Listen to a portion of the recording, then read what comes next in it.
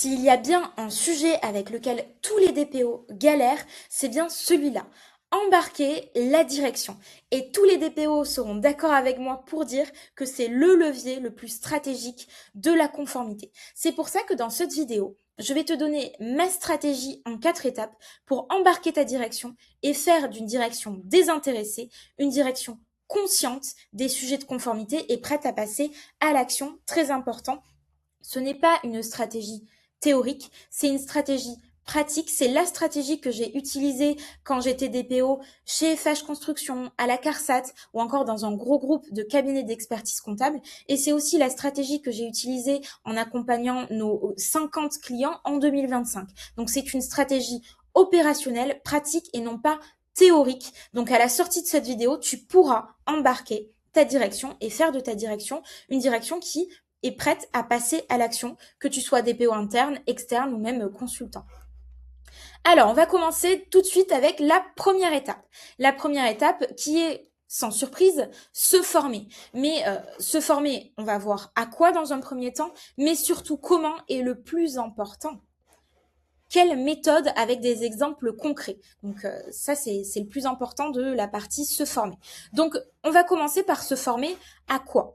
Sans surprise, encore une fois, on ne réinvente pas la roue, c'est acquérir les bases. Il faut que vous soyez expert de votre sujet et acquérir les bases, se former au RGPD, à l'IACT, à la sécurité informatique, à la conformité. Pourquoi vous devez vous former à ça? Bien évidemment, vous êtes DPO, donc bien évidemment que vous devez vous former à tout ça. Mais vous devez vous former à tout ça aussi pour acquérir les bases et surtout les simplifier. Vous n'allez pas parler à votre direction RGPD. Vous n'allez pas rentrer dans la technique. Mais par contre, vous allez acquérir cette technique et la simplifier parce que vous devez aller devant votre direction et arriver avec des notions très simples qu'il est capable de comprendre en quelques secondes. Et ça, il n'y a qu'un expert formé aux bases du RGPD, de l'IACT, de la sécurité informatique et de la conformité qui pourra y arriver. Ensuite, plus compliqué pour certains DPO, maîtriser l'art de convaincre. Là, vous êtes en train de vous dire, mais qu'est-ce qu'elle nous fait, Sonia? Ben oui, il va falloir que vous compreniez les leviers psychologiques de la persuasion, tout ce qui va être attention, émotion, confiance, intérêt. Vous devez persuader. Et pour persuader, il faut que vous maîtrisiez l'art de convaincre. Donc c'est très important parce que vous n'allez pas parler uniquement RGPD, mais vous allez réellement présenter le sujet à votre direction en lui disant voilà, Jean-François, voilà ce que tu y gagnes. Voilà ce que tu gagnes à faire respecter la conformité dans ton entreprise. Toi, tu connais les conséquences, tu connais les obligations légales, mais tu dois mettre en avant, parce que tu t'adresses à la direction, ce qu'il peut y gagner, ce qu'il risque et pourquoi il a intérêt d'agir. C'est ça ton travail et c'est ça l'art de convaincre. Mais ne t'en fais pas, on verra comment dans un deuxième temps. Ensuite, très très important et trop sous-coté, apprendre à parler business. Là, en face de vous, vous n'avez pas, un collaborateur, vous n'avez pas une juriste, vous n'avez pas un informaticien. Vous avez un membre de la direction. Vous avez un CA, vous avez un comité, un comdir, vous avez un COMEX, vous avez des directeurs de service. Donc, vous devez parler ROI, vous devez parler chiffres, combien ça coûte, comment ça protège, quel est le risque pour l'entreprise. Vous devez parler ROI, vous devez parler image, risque, budget, enjeu, vous devez parler personal branding, vous devez parler tout ça, acquisition client, appel d'offres. C'est ce langage que vous devez maîtriser en tant que DPO. Pour terminer, vous devez comprendre le fonctionnement interne. Oui, vous faites partie de l'entreprise depuis un moment. Oui, vous connaissez l'activité, les services, l'archétype, la hiérarchie. Mais vous devez réellement comprendre comment chaque service fonctionne, quels sont les enjeux, les besoins, les outils, les priorités, les freins. Plus vous allez maîtriser les freins, les besoins, les priorités, plus vous allez pouvoir proposer des actions adaptées au terrain, concrètes et réalistes pour les équipes. Et ça, c'est très important parce que ça va aussi permettre à la direction de voir que vous avez une vision 360 et que vous pouvez, à la fois avec le RGPD, résoudre d'autres besoins et d'autres freins du fonctionnement interne. Donc ça, c'est se former à quoi? Maintenant, on va voir comment se former. Et on va le voir par 3 biais. Bien évidemment, vous avez la formation terrain. Donc ça, j'en ai déjà parlé dans ma précédente vidéo, mais pour vous former aux réalités terrain, il va falloir écouter. Et moi, j'ai choisi cette image parce que je la trouve extrêmement parlante. Il faut non pas écouter pour répondre, mais il faut écouter pour comprendre. C'est de l'écoute active. Vous devez comprendre les besoins, les freins, les contraintes, les outils. C'est ça qui va vous permettre réellement d'arriver devant votre direction et de résoudre des besoins. C'est cette écoute active. À côté de ça, il faut maîtriser parfaitement la théorie. Donc, au-delà d'aller dans le terrain écouter les métiers, vous allez aller sur le site de la CNIL, vous former à la théorie pour mieux l'adapter aux réalités terrain. Pour l'instant, on est dans la facilité, puisque je vous parle du site de la CNIL pour vous former au RGPD. Donc, pour revenir à quoi se former, on est dans acquérir les bases et on est dans comprendre le fonctionnement interne avec ces deux biais du terrain, de l'écoute active des métiers et de la maîtrise de la théorie. Maintenant, on va rentrer dans justement plutôt en termes de à quoi se former dans l'art de convaincre et dans l'art d'apprendre à parler business.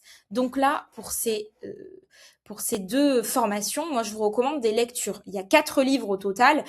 Vous pouvez en lire par exemple un pour ici et un pour ici, même si lire les 4 c'est très bien aussi. Hein. La lecture,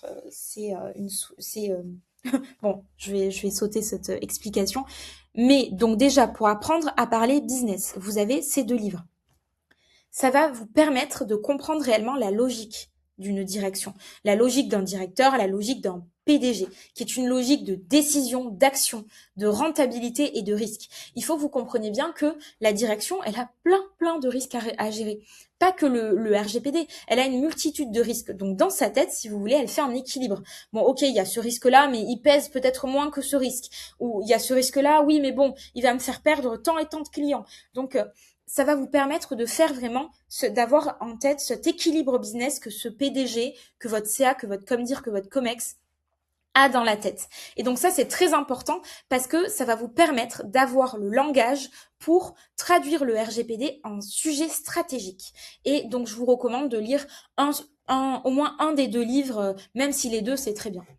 Ensuite, en termes d'influence et de persuasion, en termes de psychologie, on a parlé de l'art de convaincre. Vous avez ces 2 livres qui sont absolument incroyables pour créer une véritable culture RGPD. Ça va vous permettre de réellement comprendre comment on va changer les comportements, comment on va implémenter une vraie culture RGPD dans le quotidien des collaborateurs. On va prendre un exemple basique de ce livre d'ailleurs que j'ai lu et qui m'a particulièrement parlé, qui est McDo. Comment McDo a changé les habitudes de consommation de ses consommateurs, des personnes, de la société? Mais tout simplement avec le menu Happy Meal, où il a attiré des enfants dans la génération passée avec des jouets et des menus très peu chers. Donc du coup, les enfants, ils ont pris l'habitude de consommer chez McDo et aujourd'hui, ces enfants sont des adultes et donc ils consomment régulièrement McDo et leurs enfants eux-mêmes, ils les font consommer McDo. Donc c'est tout l'art, bon c'est un exemple un peu péjoratif, mais c'est tout l'art de comment on change les comportements. Et là, vous devez faire pareil avec le RGPD, donc je vous invite vraiment à lire l'un de ces livres. J'ai une tendance plus pour influence et persuasion, mais les 2 sont très bien. Donc voilà, c'est un peu surprenant pour un DPO, mais je vous assure que lire ces livres, ça va vous permettre d'apprendre à convaincre votre direction et d'apprendre aussi à parler business. Ensuite, vous avez des vidéos qui vous donnent 3 méthodes qu'on va voir tout simplement ici. Et ces méthodes-là, concrètes, vont vous permettre de réellement vous préparer à affronter votre direction. On le verra dans une étape 2. Mais ce sont des méthodes extrêmement concrètes. Donc du coup, je vous invite à regarder ces vidéos. Déjà, on a le principe du Start with Why. Au lieu de commencer par ce qu'on veut faire, on commence par pourquoi c'est important. Ok, ça semble totalement simple dans la théorie, mais en pratique, c'est très compliqué parce qu'en général, vous vous dites, mais bien sûr, je vais expliquer pourquoi c'est important, mais on arrive toujours devant la direction en disant, voilà, il faut faire ça, ça, ça et ça parce que. Sauf que non, on va plutôt fonctionner en disant, voilà ce qui est important aujourd'hui, voilà pourquoi c'est important plutôt, voilà pourquoi c'est important, et ensuite on va l'amener vers, voilà comment on fait le important. Donc, petit exemple, totalement classique, il faut faire le registre, les procédures, les audits et les sensibilisations parce que le RGPD l'impose. Non, ça, on ne veut pas. Aujourd'hui, notre entreprise traite beaucoup de données clients, salariés et partenaires. Si on ne structure pas notre conformité, on prend un risque financier, juridique, réputationnel et opérationnel. Mon objectif, ce n'est pas de bloquer l'activité, c'est de protéger l'entreprise, de rassurer les clients et sécuriser la croissance. C'est un exemple un peu grossier, j'ai fait exprès de le prendre pour que vous compreniez bien la différence. Bien sûr, il faut l'adapter un petit peu, il faut le rendre un petit peu sexy, mais ça, justement, si vous avez lu les livres en termes de langage business et en termes d'art de convaincre, vous allez y arriver. Mais là, je voulais vraiment prendre un exemple parlant pour que vous voyez la différence entre le start et le why. Donc, ce qu'on veut faire, on ne commence pas par ça, on commence par pourquoi c'est important et ensuite petit à petit, on amène par comment. Ensuite, la deuxième méthode, et pas des moindres, ma petite préférée, c'est le what is, what could be. Donc what is, c'est la situation actuelle, donc le problème, les risques, les blocages, les freins, d'où l'intérêt d'avoir bien pris connaissance du fonctionnement interne, des freins, des outils, des besoins, etc. Et le what could be, la situation souhaitée, les bénéfices, la vision. Donc du coup, pour donner encore une fois un exemple grossier, mais c'est pour que vous compreniez, on ne va pas commencer par « il faut mettre en place une procédure de validation des nouveaux outils avant leur utilisation, parce que sinon on n'est pas conforme au RGPD et on prend un risque ». On va plutôt dire « aujourd'hui, les équipes peuvent déployer n'importe quels outils sans vision claire des risques sur les données. Ça représente un gros risque. Demain, avec un circuit de validation simple, l'entreprise peut garder son agilité tout en sécurisant ses choix, ses prestataires et ses données avant qu'un problème n'apparaisse. On est vraiment dans le what is, la situation actuelle. Voilà dans quelle situation aujourd'hui on est. Voilà la photo de la situation. Et voilà vers quoi on peut tendre. C'est exactement ça. Et ça va permettre à votre direction de se projeter. Voilà ce qui se passe aujourd'hui dans l'entreprise. Voilà ce qui devra se passer dans le futur. C'est très important, surtout la direction, c'est souvent un profil qui est assez dominant, donc qui est assez dans l'action. Donc si vous lui montrez que vous avez compris la photo aujourd'hui et que vous arrivez avec une photo claire, et vous allez lui dire ce vers quoi il faut tendre demain. Très important. Ensuite, la troisième méthode, c'est ma méthode, hein, c'est la vidéo que j'ai sortie il y a pas longtemps. J'appelle ça la méthode CAI, tout simplement. Comprendre, on écoute, encore une fois, cette écoute, je le répète à chaque fois, mais vous ne savez pas à quel point c'est sous-estimé et à quel point c'est un levier stratégique de conformité aussi, mais cette écoute active qui vise vraiment à comprendre, non pas à poser des questions seulement pour rebondir et pour placer votre conformité, mais réellement à comprendre les habitudes, les freins, le fonctionnement, les besoins, les priorités ou pas, le fonctionnement. C'est vraiment comprendre. Sans cette étape, vous irez nulle part. Donc comprendre, c'est le C. Adapter, c'est le A. On ne parle pas de RGPD, on le transforme pour qu'il parle à chaque profil, à chaque public. Ça, je l'ai un peu plus détaillé dans ma vidéo précédente, où on va vraiment s'adapter à chaque profil avec le disque dominant, influent, empathique ou conforme, entre guillemets. Donc, on comprend pour ensuite s'adapter et transformer notre discours. Et ensuite, on implémente. Vu qu'on a compris où sont les contraintes, où sont les habitudes, où sont les besoins, et qu'on s'est adapté avec un bon discours, on va pouvoir implémenter et faire de la protection des données quelque chose de simple pour créer une véritable culture RGPD dans l'entreprise. Donc, on ne va pas venir, encore une fois, avec « il faut respecter le RGPD, attention aux données personnelles ». On va venir, on crée une véritable culture RGPD en imposant on ne crée pas une culture RGPD en imposant des règles abstraites. On comprend les métiers, on adapte le message, on simplifie et donc on implémente dans le quotidien. C'est ça, la réalité technique métier.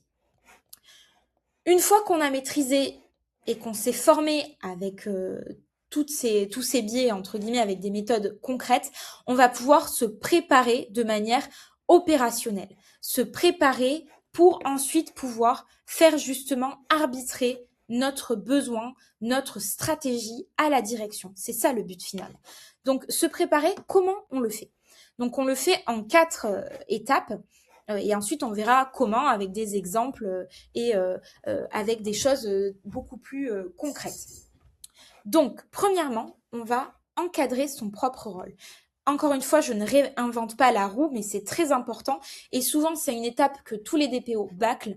On va encadrer son rôle avec une fiche de poste claire qui va définir ce que vous devez faire, mais ce que vous ne devez pas faire. Le DPO, il ne peut pas tout faire, attention, hein. C'est un chef d'orchestre, mais il ne peut pas tout faire. Donc, vous allez lister tout ce que vous pouvez faire, tout ce que vous devez faire en tant que DPO, mais aussi ce qui ne relève pas de votre compétence. Et ça, c'est très important parce que vous allez pouvoir identifier vos responsabilités et vos moyens. Donc, exemple, je conseille, j'alerte, je pilote, je coordonne, mais je ne remplace pas les métiers. Par exemple, ce n'est pas à vous de rédiger concrètement les fiches de traitement. Vous pouvez accompagner les métiers. Pareil, ce n'est pas à vous de chercher tous les sous-traitants. Vous devez avoir un système qui vous remonte les sous-traitants. Ça va être des petites choses comme ça. Mais en DPO mal cadré, ça devient une responsabilité de tout et un décisionnaire de rien. C'est clairement la phrase qu'il faut retenir de cette première étape de se préparer. Une fois que vous avez bien encadré votre rôle avec une fiche de poste, vous allez créer l'attention. Avant de demander un budget, avant d'aller voir votre direction et de lui dire il me faut ça, ça, ça, ça, ça et ça, ou il faut faire ça, ça, ça, ça, ça et ça, vous devez le sensibiliser.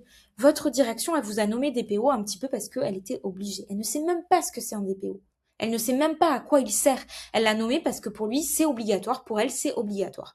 Donc, vous devez créer l'attention en le sensibilisant pour le rendre conscient du sujet ou pour la rendre consciente du sujet. Avant de convaincre une direction, il faut déjà réussir à capter son attention. Si vous lisez les livres dont je vous ai parlé tout à l'heure justement pour comprendre les mécanismes de la psychologie et l'art de convaincre, c'est vraiment l'un des piliers. Avant de convaincre, il faut capter l'attention. Donc comment? On va encore revenir aux bases.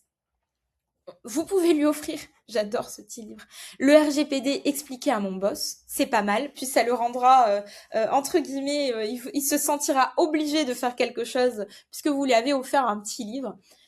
N'hésitez pas à faire des challenges. La direction, elle est très compétitive en général. Moi, je sais que tous les directeurs avec lesquels on a organisé des questions pour un champion, des challenges, des opérations grand nettoyage ou des formations avec qui est le meilleur sur tel site, sur telle filiale, etc. Ils étaient à fond parce qu'ils voulaient absolument montrer à tous les collaborateurs que c'était eux les meilleurs qui avaient eu le trophée. Donc les challenges, ça marche beaucoup.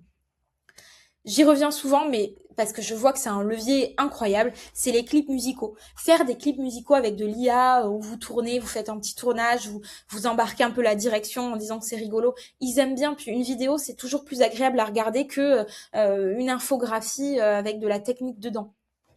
Faites aussi des petites formations IA, ils aiment bien. L'original, la deepfake, c'est tendance en ce moment, l'IA, vous le savez, c'est au cœur partout de tout et n'importe quoi. Donc faites des petites astuces IA, comment, je dis n'importe quoi, on reconnaît une deepfake, comment on reconnaît une voix qui a été piratée par de l'IA et copiée, des petites choses comme ça, ils aiment bien. Donc faites des astuces, ça revient aussi à la carte vitale, des espèces de petites newsletters où tous les mois, vous mettez en place, je sais pas, une astuce pour protéger ces données et vous lui envoyez. Vous lui envoyez format papier, vous lui envoyez format mail, format vidéo, format reel, tout est possible. Les BD, ça marche super bien, surtout quand elles sont humoristiques. En général, on a un peu peur de sa direction, mais c'est des humains comme les autres et ils aiment bien rigoler. Donc faites des petites BD, c'est drôle. Ou vous pouvez même mettre un personnage à l'effigie de la direction. Et parler dark web. Pourquoi pas parler dark web? Ça intéresse toujours l'humain est curieux et votre direction, elle est humaine. Donc du coup, parler de dark web, parler de hacker éthique, parler de ce qu'on peut trouver sur le dark web, des arnaques du moment, ça va intéresser. C'est comme ça, c'est avec des sujets comme ça que vous allez attraper l'attention de votre direction et que vous allez pouvoir les rendre conscientes du sujet. Alors, on continue avec organiser les actions.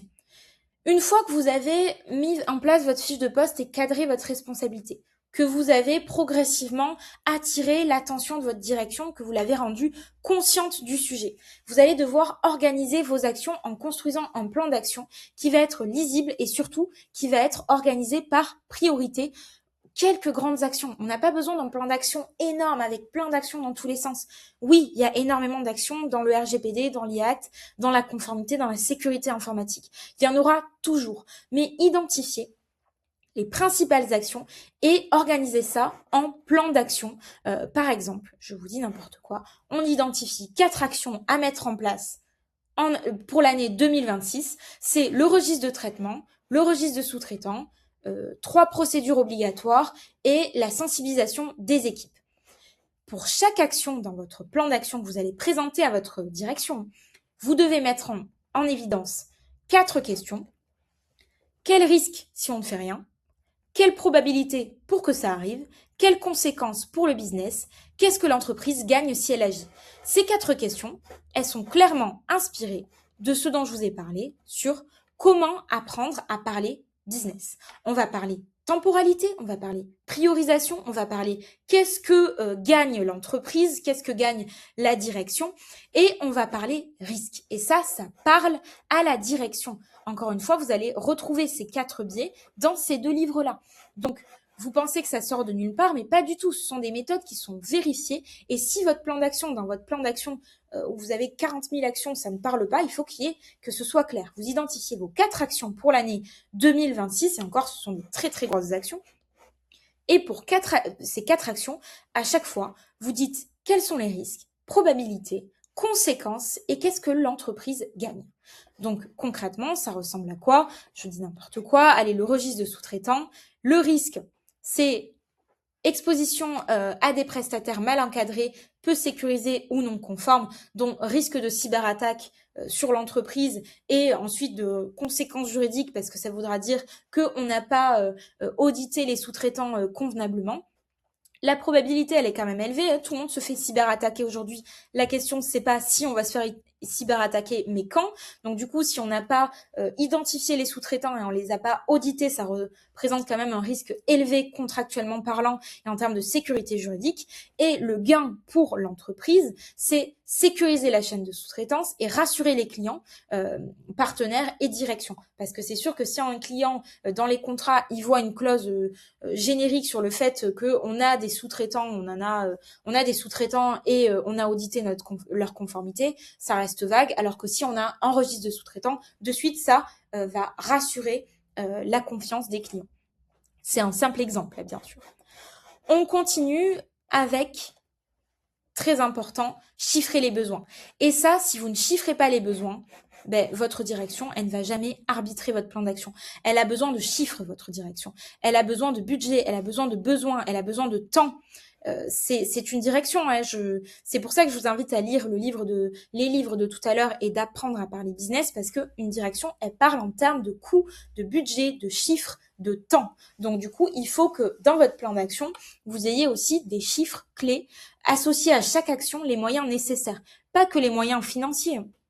Le temps pour vous, le temps pour les collaborateurs et les métiers, les outils dont vous avez besoin, le budget, est-ce que vous avez besoin d'un accompagnement externe, est-ce que vous avez besoin de quelqu'un en interne? Il faut vraiment que pour chaque action que vous avez référencée dans votre plan d'action, vous avez référencé 4 actions, vous avez expliqué et répondu aux 4 questions différentes, vous devez chiffrer chaque action.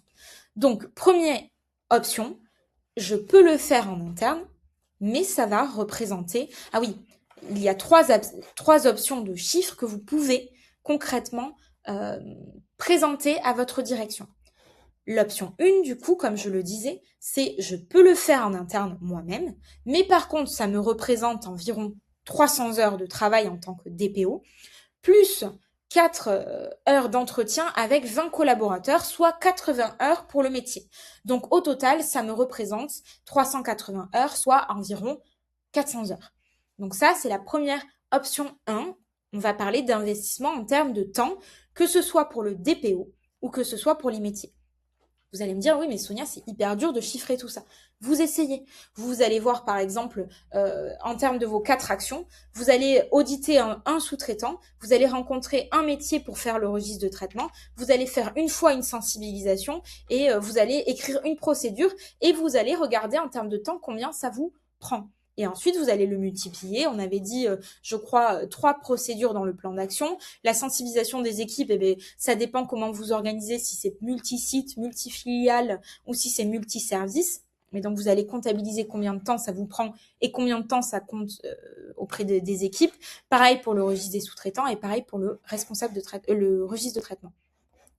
L'option 2, c'est on peut prendre un outil ou un accompagnement à 200 € par mois. Donc, ça fait 2400 € par an. Bon, je sais pas quel outil fait 200 € par mois, mais on va dire 200 € par mois. Donc, voilà. Aujourd'hui, c'est 2400 € par an pour structurer la démarche, gagner du temps et réduire la charge interne. Si on prend cet outil, voilà, on économise tant et tant de temps, mais par contre, on met 2400 € sur la table.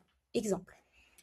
Troisième option, et ça c'est très important et les DPO refusent des fois de l'entendre, l'action ne peut pas être menée, n'est pas prête à être menée plutôt, j'accepte le risque.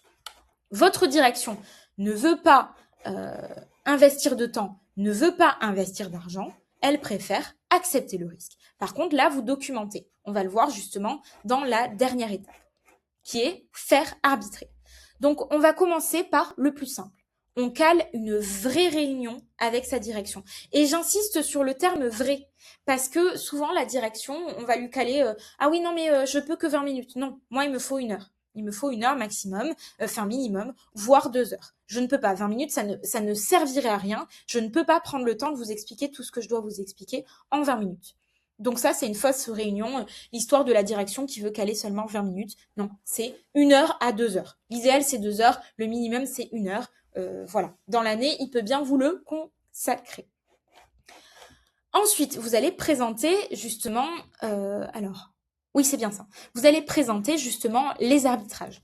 Présenter pour chaque action, comme on a dit, le risque, les conséquences, le gain et est-ce que la probabilité que ça se passe ou pas. Donc, avec pareil, le chiffrage, le temps en interne, le budget si besoin, ou alors l'acceptation du risque. Donc, concrètement, dans cette étape-là, vous présentez les 4 actions avec les 4 questions de les risques, la probabilité, la conséquence et le gain pour l'entreprise. Et vous allez aussi présenter vos chiffrages avec les 3 options qu'on vient d'aborder. Ça, c'est dans l'étape de présenter les arbitrages. Donc, ça donne ce petit exemple que je vous laisse lire juste ici ou que je peux vous résumer. Pour cette action, voilà les risques si on ne fait rien, voilà ce que ça peut coûter, voilà ce qu'on y gagne, voilà la probabilité et voilà les moyens dont j'ai besoin. Ensuite, vous allez faire choisir à votre direction. Vous êtes un chef d'orchestre, vous êtes là pour piloter, pour aider, pour conseiller, mais ce n'est pas à vous de prendre la décision, vous n'êtes pas responsable de traitement. Donc, du coup, vous allez faire choisir. Et en fonction du choix de votre direction, qu'il soit positif, négatif ou que vous attendiez en retour, vous le documentez. Vous envoyez un petit mail récapitulatif à la direction. Suite à notre réunion, voici les décisions prises, voici les actions retenues qu'on va faire pour 2026, voici les moyens accordés et voici les risques qui restent ouverts. Vous documentez, vous envoyez, ensuite vous enregistrez dans votre dossier de suivi avec la direction.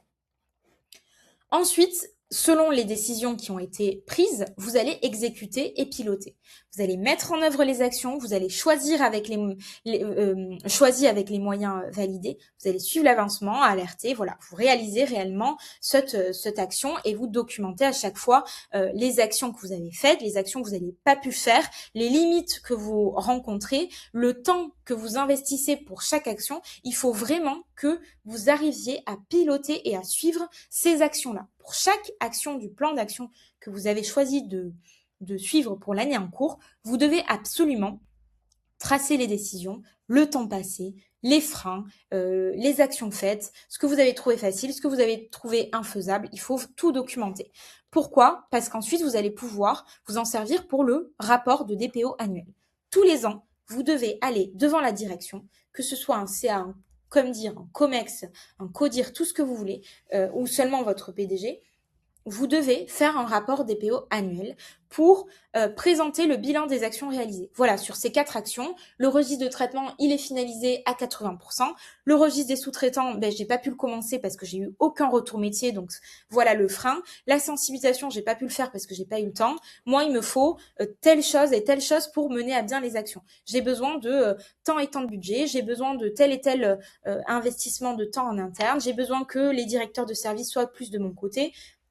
Voilà à quoi ça sert d'exécuter et piloter en documentant à chaque fois dans l'année. Vous allez pouvoir venir présenter un rapport DPO concret à votre direction pour de nouveau, et si tout s'est bien passé, de nouveau leur présenter un plan d'action. Si sur les 4 actions, vous en avez réalisé aucune, ben vous maintenez le plan d'action avec de nouveaux besoins, et c'est très important de montrer que vous avez réalisé aucune action parce que ça va être un levier, un élément pour justement convaincre votre direction de vous donner un budget, de vous donner plus de temps, de vous donner plus de force d'appui ou autre. Donc, c'est très important. Si sur les 4 actions que vous avez identifiées, il y en a 3 qui ont été faites, vous allez identifier 3 nouvelles actions avec 3 conséquences, 3 priorisations, 3 risques, 3 gains, pareil, et du budget ou du temps. Donc, vous allez, pareil, faire valider à votre direction et vous allez tout documenter. Donc, après, ça devient une boucle, vous l'avez bien compris. On recale une réunion pour présenter le plan d'action. Donc, ça, c'est l'étape 1, mais donc, du coup, vous le faites dans le rapport DPO. Vous faites arbitrer, vous faites choisir et documenter, vous exécutez en traçant tout et on récapépète. On refait un rapport DPO avec un nouveau plan d'action dans cette réunion-là. Voilà pour cette stratégie de transformer une direction en une direction désintéressée, en une direction consciente et qui est prête à passer à l'action. Je vous avais dit qu'il y avait 4 étapes, mais en fait, il y en a 3. C'est se former, se préparer et faire arbitrer finalement.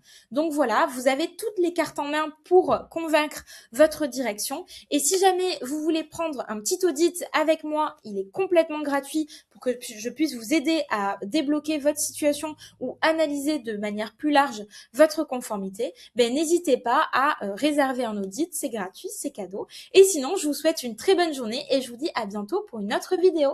Salut!